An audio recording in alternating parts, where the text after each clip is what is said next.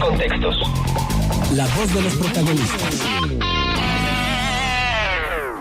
Hugo Morales, usted lo conoce, es doctor en economía y es titular, doctor en derecho y es titular del Contexto Legal. Nos acompaña esta mañana. Él estuvo ayer con nosotros en su colaboración quincenal, pero le pedimos que nos acompañara este día para conocer su opinión sobre la denuncia que interpusieron senadores panistas ante la PGR en contra de Humberto Moreira por 6 delitos que, bueno, ya nos lo comentará nuestro colaborador Hugo. Muy buenos días. ¿Qué tal? Buenos días.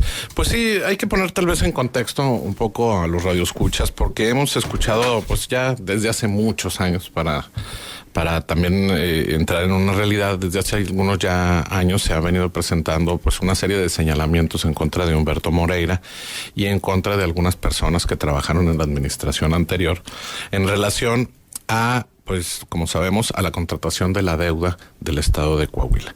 Y hay que poner, digo, en el contexto, porque cuando escuchamos el tema de esas denuncias, generalmente habían sido relacionadas no con la distracción de dinero del erario público, con fines, vamos a decir, con otros fines que no fueran simplemente tal vez los de apoderarse o desviar recursos.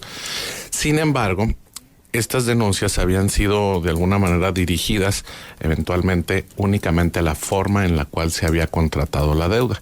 Si recordamos, decíamos como antecedente de todo esto, buena parte de la deuda del estado de Coahuila fue contratada mediante procedimientos irregulares en los cuales en aquel entonces tesorero del estado de Coahuila, Javier Villarreal, pues falsificó algunos decretos del Congreso del Estado en los cuales se les autorizaría para poder adquirir deuda. De tal suerte que la falsificación de esos documentos como tal dio lugar a que algunas instituciones pudieran respaldar esos créditos y eventualmente que el gobierno del Estado se obligara, hay que decirlo también posteriormente porque se regularizaron esos decretos en la legislatura subsiguiente, para que el gobierno del Estado pues eventualmente pagara esos créditos como lo está haciendo. Pues bien, de esa denuncia de hechos resultó precisamente el que Javier Villarreal fuera detenido en su momento en el estado de Coahuila y, como sabemos, posteriormente fue detenido en los Estados Unidos, pero por una situación que es, si no totalmente diferente, por lo menos es ajena a la denuncia que en aquel entonces se había presentado en el estado de Coahuila. Aquí es donde tal vez hay que hacer una distinción de situaciones, ¿no? Hay que recordar que en relación al delito primero que estamos mencionando, que es la falsificación de documentos, pues finalmente Javier Villarreal fue exonerado en la medida en que el gobierno del estado de Coahuila, a través del Congreso del Estado, emitió un decreto que regularizó la adquisición de la deuda que estamos comentando, y a partir de ello, pues el juez no encontró elementos, tal vez fundadamente, como para poder encontrar un perjuicio en el patrimonio del erario público del estado de Coahuila, porque, como decimos, si ese crédito fue adquirido irregularmente y se subsana esa irregularidad posteriormente, pues de alguna manera se consideraría que no hubiera habido el daño patrimonial que hubiera tenido el Estado. De tal suerte que, bueno, ahí parecería, podríamos decir, si esto fuera una telenovela, que tendría que acabar el primer capítulo, ¿no? El segundo capítulo inicia cuando en los Estados Unidos se comienza una averiguación o una investigación en contra de Javier Villarreal y otras personas por la probable distracción de recursos del gobierno del estado de Coahuila para beneficio personal de ellos y de otras personas. Y de alguna manera, tal vez de lo que se duelen los estadounidenses es del uso del sistema financiero norteamericano para el proceso de lavado de esas cantidades de dinero, muchas de ellas utilizadas para adquirir bienes inmuebles en San Antonio o en el estado de Texas, y otras muchas destinadas vía el sistema financiero de Estados Unidos a las Bahamas. Pues bueno, durante ese proceso de investigación se dieron cuenta pues de una serie de personas que fueron puestas a procedimiento, a juicio, y esas personas a lo largo del tiempo han venido dando información que de alguna manera han robustecido que nuevas personas sean investigadas y que sean sancionadas incluso. En ese contexto también hay que decir que el gobierno de los Estados Unidos ha estado llevando a juicio a algunas personas que, teniendo influencia en el aspecto, vamos a decir, de organización criminal, en la frontera de México-Estados Unidos, de Coahuila, Texas, en el trasiego de droga, pues habían sido señaladas, y dentro de estos mismos procedimientos de alguna manera se han vinculado testigos que digamos, ayudaron a desarrollar la investigación en los casos relacionados con la adquisición de deuda y desvío de recursos del estado de Coahuila, con los casos de trasiego de droga.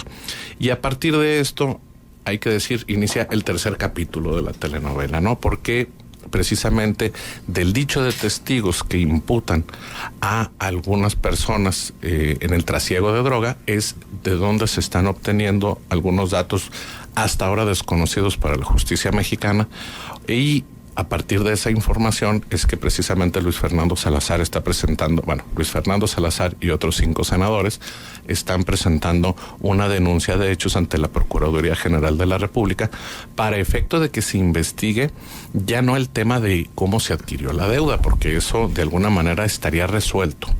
Sin embargo, existen temas como el desvío de recursos del erario público que hasta el momento no han sido materia de investigación, y por otro lado, pues ya el uso del sistema financiero para el lavado de dinero, y también por el motivo de enriquecimiento ilícito, peculado, corrupción, todo lo que sabemos. Es decir, hay que tomar en cuenta 2 vertientes. Uno, que es el desvío de los recursos del erario público de Coahuila, y por otro lado, la obtención de ganancias ilícitas, que son las que estarían imputando ahora, producto de algunas actividades ilícitas e irregulares.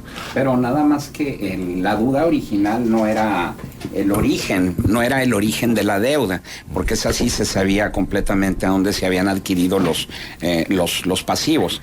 La duda era el destino concreto de 18,000 millones de pesos que todavía sigue en el aire. No, y de hecho hay que decir que la única resolución en la cual se le ha concedido, vamos a decir, victoria en un procedimiento penal a Humberto Moreira, ha sido exclusivamente en relación a la adquisición de la deuda irregular del estado de Coahuila. Es decir, no ha habido ningún proceso todavía que le desvincule o que se le desrelacione a la probable sustracción o desvío de recursos del erario público. Eso es por un lado. Y por otro lado, existe esta nueva vertiente en el sentido de que había venido obteniendo recursos de un grupo delictivo, en concreto de los Zetas. Hugo, déjame preguntarte algo, porque he leído muchos comentarios al respecto, y es la descalificación de los testigos, ¿sí? ¿Qué credibilidad se puede tener en testigos que tienen un carácter de testigos protegidos, algunos de ellos, o de testigos a los que inclusive se les paga por obtener información en Estados Unidos? ¿Nos quieres platicar un poco como de esta forma? Mira, yo creo que tiene algo de fundamento, pero también vamos a decir que desde el inicio también va cojo ese argumento. Tiene algo de fundamento porque efectivamente me parece muy claro que aquellas personas que se encuentran en resguardo de la justicia, que están siendo investigadas por algunos otros delitos y que de alguna manera ven una oportunidad de poder facilitar información para efecto de que se les sea considerado y eventualmente se les reconozca o se les disminuya o simplemente desaparezcan los cargos que por los que son investigados, pues de alguna manera condiciona el interés del testigo, que eso me parece es fundamental en cualquier procedimiento. Los testigos no deberían tener interés en que se resolviera en un sentido o en otro. Sin embargo, también te voy a decir algo, Marcela, me parece que cuando se está imputando a una persona a través del dicho de una persona que podría llegar a tener interés, pues lo mínimo que tendrían que hacer nuestras autoridades es investigar, claro, encontrar elementos que de alguna manera pudieran relacionarse al dicho o desvincular su dicho a los elementos objetivos que pudieran existir. Es decir, me parece que tomar el único argumento del testigo como base para poder imputar a una persona es definitivamente incorrecto. Pero si tomas en cuenta una serie de elementos como son que existen recursos de procedencia ilícita en los Estados Unidos, que utilizaron el sistema financiero de los Estados Unidos, que hay transferencias que no se puede acreditar su origen, que además algunos de los funcionarios implicados ya prefirieron perder el dinero que está en los Estados Unidos depositado antes de ir a reclamarlo. Y si tomamos en cuenta todo esto de la mano de que existen testigos, en este caso protegidos o vinculados a otros procedimientos, que argumentan que ese dinero es producto de algunas operaciones irregulares o ilícitas, me parece que lo mínimo que tendríamos que hacer es investigar. Y ahí es donde me parece que existe tal vez el problema fundamental en materia de credibilidad de este tipo de procedimientos, porque los coahuilenses tal vez ya ni siquiera estamos esperando que se investigue, porque han pasado años y todos los años existe ahora sí que información nueva en otros países que nosotros no podemos ni siquiera compilar para poder investigar. Te quiero preguntar algo. ¿Tú crees que sea producto de la casualidad en función de los tiempos, de la demanda que Humberto Moreira le ha puesto a Sergio Aguayo por daño moral? Daño moral, sí. Difamación, ¿no? Daño moral. ¿Te parece que tenga alguna correlación en este protagonismo que vuelve a tener el tema? Bueno, yo la verdad es que creo que ya Humberto debería estar en un psiquiátrico, ¿no? También hay que ponerlo en una realidad. La situación que vive Humberto me parece que es muy delicada como para que todavía él encuentre excusa para hacer noticia, ¿no? Es decir... Pero espérame, a mí me parece que él no lo percibe de esta manera. Te digo, recién acaba de inaugurar su portal, www.Humberto Moreira, donde hace un recuento, una síntesis de su trayectoria política con fotografías, con testimonios de qué fue lo que realizó siendo gobernador, con videos, bailando y todas estas cosas. Entonces... Por eso hablo de que está de psiquiátrico. O sea, la realidad es que la única persona que percibe esa situación o la necesidad de hacer públicos sus logros es él. Es como si a estas alturas habláramos de que Duarte está buscando la posibilidad o un nuevo nicho de oportunidad en la política. Pues estaríamos, hablo del de Chihuahua o el de Veracruz, de cualquiera de los dos. Es decir, en esa situación cualquier persona dice, bueno, pues válidamente puede tener el derecho de aspirar a algo, pero vamos a ser honestos en el aspecto de todo su ámbito de desarrollo político. La realidad es que me parece que no tiene ninguna oportunidad de hacer nada. No entiendo el alcance de lo que él quiere hacer.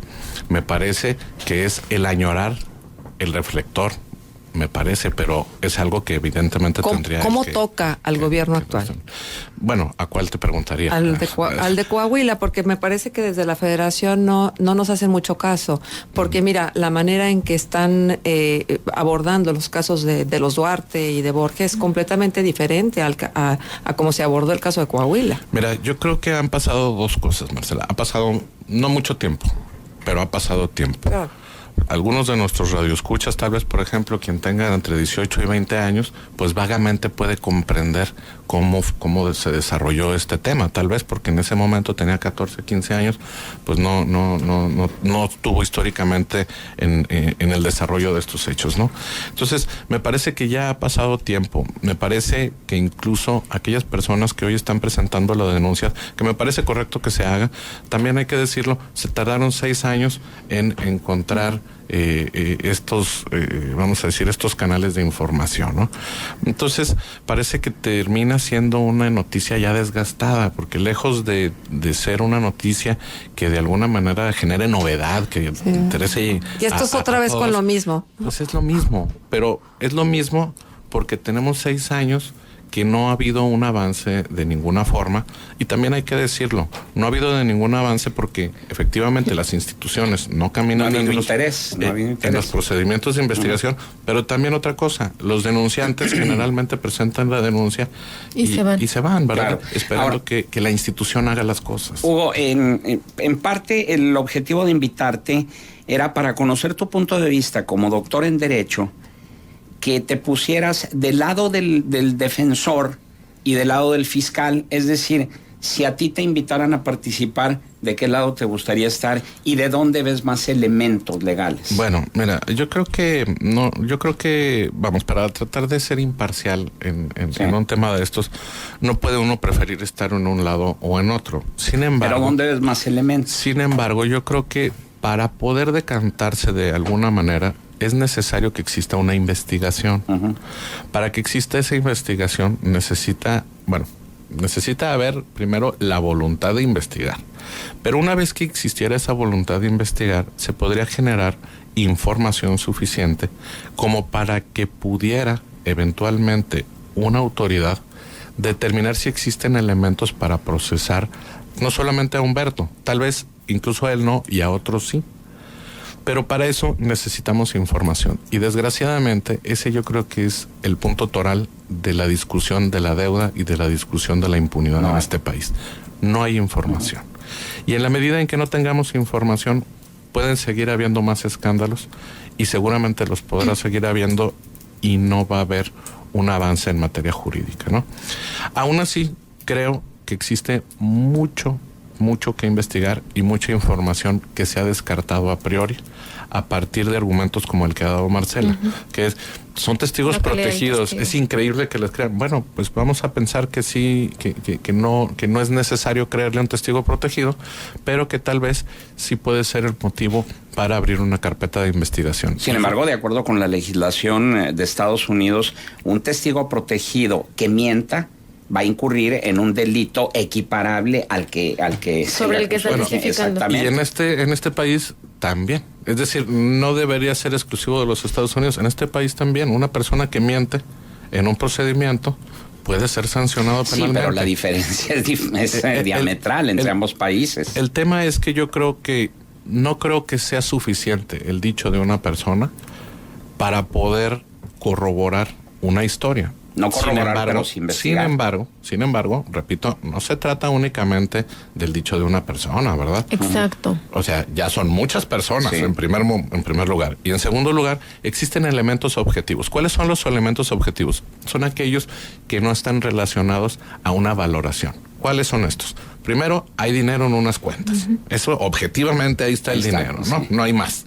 No es de que si me gustaría que hubiera más o que si hay menos o yo percibo. Los números son fríos. Ahí hay una cantidad de millones de dólares que se le atribuyen a ciertas personas que en muchos casos efectivamente dicen que son de ellos y que en muchos casos, a pesar de reconocer que son parte de su patrimonio, han preferido olvidarlos antes de pararse en una corte en los Estados Unidos y reclamarlo. Concretamente vamos a hablar de Jorge Torres. Ya no quiere que eso. Prefiere que se pierda ese dinero antes de poder involucrarse en sí, ¿verdad? Y eso que se lo dio su familia, y eso, ¿no? Que se lo dio su papá. Sí. Entonces, es herencia, sí. Así es el tema. Entonces, bueno, si ya existen estos elementos, me parece que cuando empieza uno a relacionar elementos objetivos con los dichos de personas que pudieran de alguna manera estar pues torcidos, ¿verdad?, por un interés personal, pues me parece que existe ya una vinculación entre lo que verdaderamente podemos percibir todos, no nada más una persona que estuvo presente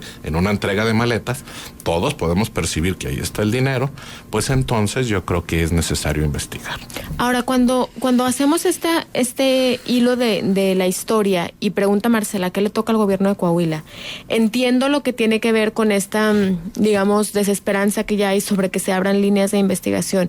Pero eso último, Hugo, o sea, cuando ya estamos hablando, ya no, creo que lo último ha dado ese tercer capítulo que tú le llamas, es otra historia, ya no estamos hablando de la megadeuda, ya no estamos hablando específicamente de Humberto Moreira, estamos hablando de dinero entregado, a decir de un testigo, de un cártel al gobierno estatal y que podría tener después una cascada que llegaría incluso a la campaña del actual gobierno. Es decir, ahí no hay otra posibilidad, no vislumbras tú finalmente que esto que ya nos tiene tan agotados de que no se investigue, que tiene que ver con Humberto, con la deuda, ¿se abra como otro canal? Bueno, incluso te voy a decir algo que resulta más grave, que entre toda esta información ha venido también como parte vinculada a esto, la asignación de contratos por los cuales habrían obtenido dinero algunas organizaciones criminales del gobierno del estado directamente. Claro, por ejemplo, la reparación de las escuelas en Piedras Negras. Reparación de escuelas y extracción de minerales en el norte del estado. Estamos hablando de cantidades millonarias. Entonces, no es exclusivo, me parece, ahora el tema de Humberto. Me parese que es el tema de también que salvar la cara del estado de Coahuila, porque si esto no se investiga, pues de alguna manera estamos hablando de que el estado de Coahuila habría participado en las actividades delincuenciales de un grupo, sí, ¿no? Es decir, está vinculado de alguna manera y definitivamente tiene que ser investigado. Ahora, el problema está que no veo que exista una verdadera intención por parte del gobierno del estado de poder resolver desde el punto de vista de transparencia, desde el punto de vista de salvar la cara del estado, vamos a decir. No existe esa intención. Pero es que no se sienten afectados. Bueno, Porque te voy a decir una cosa. ¿Cómo miden que no hay afectación? Con los resultados Siguen ganando electorales. elección. mira, yo creo que aquí es donde tenemos que empezar a distinguir los resultados electorales de, evidentemente, de la necesidad de resolver temas como estos, ¿no? Sin embargo, yo creo que en la medida en la que no exista una presión, una verdadera presión social para resolver los temas, pues en esa misma ¿Qué es medida, una verdadera presión social? Mira, yo evidentemente lo primero estamos hablando de resultados electorales, pero me parece que tendría que haber un movimiento ciudadano en donde verdaderamente se esté exigiendo una rendición de cuentas. Yo no siento que desde el punto de vista social exista ese reclamo, Marcela. No lo siento. No lo siento porque, bueno, ¿O todos será que estamos las voces de los que reclaman son, pues son muy pocas, quedas? son pocas, y además de que son pocas, pues son aisladas, porque sucede esta denuncia hoy y no sé cuál sea la siguiente noticia. ¿Hasta cuándo vamos a ver un resultado de esta investigación? ¿Cuánta responsabilidad de ese volumen sobre esas voces tiene la oposición? Mira, yo siento que han sido tal vez 2 o 3 personas de oposición los que han venido haciendo los señalamientos, pero otra vez volvemos a lo mismo. Mira, se han presentado otras denuncias que están en el cajón de los olvidos, ¿verdad? Están archivadas. No veo que exista esa presión que haga que investiguen. Que bueno, ya presentaron una denuncia. Bueno, ahora necesitamos que exista una verdadera presión por parte de esos 6 senadores para que se investigue a fondo esto. ¿No es ganar cámaras? Mira, evidentemente estamos en la puerta de un proceso electoral, ¿no? Claro. Eso yo creo que es claro, a nadie debe sorprenderle, pero sin embargo me parece que sí es coyuntural, Marcela, porque esta información no se está obteniendo en medio de la campaña o muchos meses antes, se está obteniendo hoy, a partir de que hace una semana un periódico de San Antonio lo publicó, porque ni siquiera es que haya habido el interés de ir a conocer el expediente, ¿verdad? De nadie. Todos hemos visto esto de San Antonio Daily Express News, ¿no? Entonces, no sabemos más. Nadie ha podido o nadie se ha tomado el tiempo para ir a conocer este expediente y para que exista una verdadera vinculación institucional que debería haber a partir de las instituciones que se fueron creadas ex profeso para la investigación de este tipo de hechos, ¿no? Pues habrá que esperar a ver qué pasa y si hay realmente esa voluntad para investigar. Pero pues si fueron los mismos funcionarios de la PGR los que ayudaron a excarcelarlo de España, pues va a ser muy difícil que actúen en su contra, ¿no? Y lo más grave es que muy probablemente tengamos que ver el desarrollo de esa investigación desde atrás de Barrera, ¿no? ¿Por qué? Pues porque en Estados Unidos sigue esta investigación y no sabemos cuál será el fin de eso. Pero mira, hay una orden de aprehensión en Estados Unidos de Jorge Torres, ¿no? Existe una orden de aprehensión. ¿Y qué ha pasado? A propósito del dinero que decimos está vinculado. ¿Y qué ha pasado? Pues nada. Aquí sigue Jorge. Incluso hay que decir una cosa. También existen unas cuentas de su esposa que ella tuvo la oportunidad de ir a Estados Unidos y en el momento en que iba, pues no sé si a retirarlos, pero por lo menos a informarse de la situación de sus cuentas bancarias, pues se sorprendió de que hubiera ahí $2 millones de las cuales ella tampoco tenía conocimiento. Me saqué la lotería y no me avisaron. Y renunció a ese dinero porque pues prefirió evidentemente su libertad antes que tomar ese dinero. Pues cosas que tienen que ser investigadas y que desafortunadamente se han dejado pasar. Bien, doctor Hugo Morales, abogado postulante, nuestro agradecimiento por tu presencia aquí en Contextos. Muchas gracias por la invitación.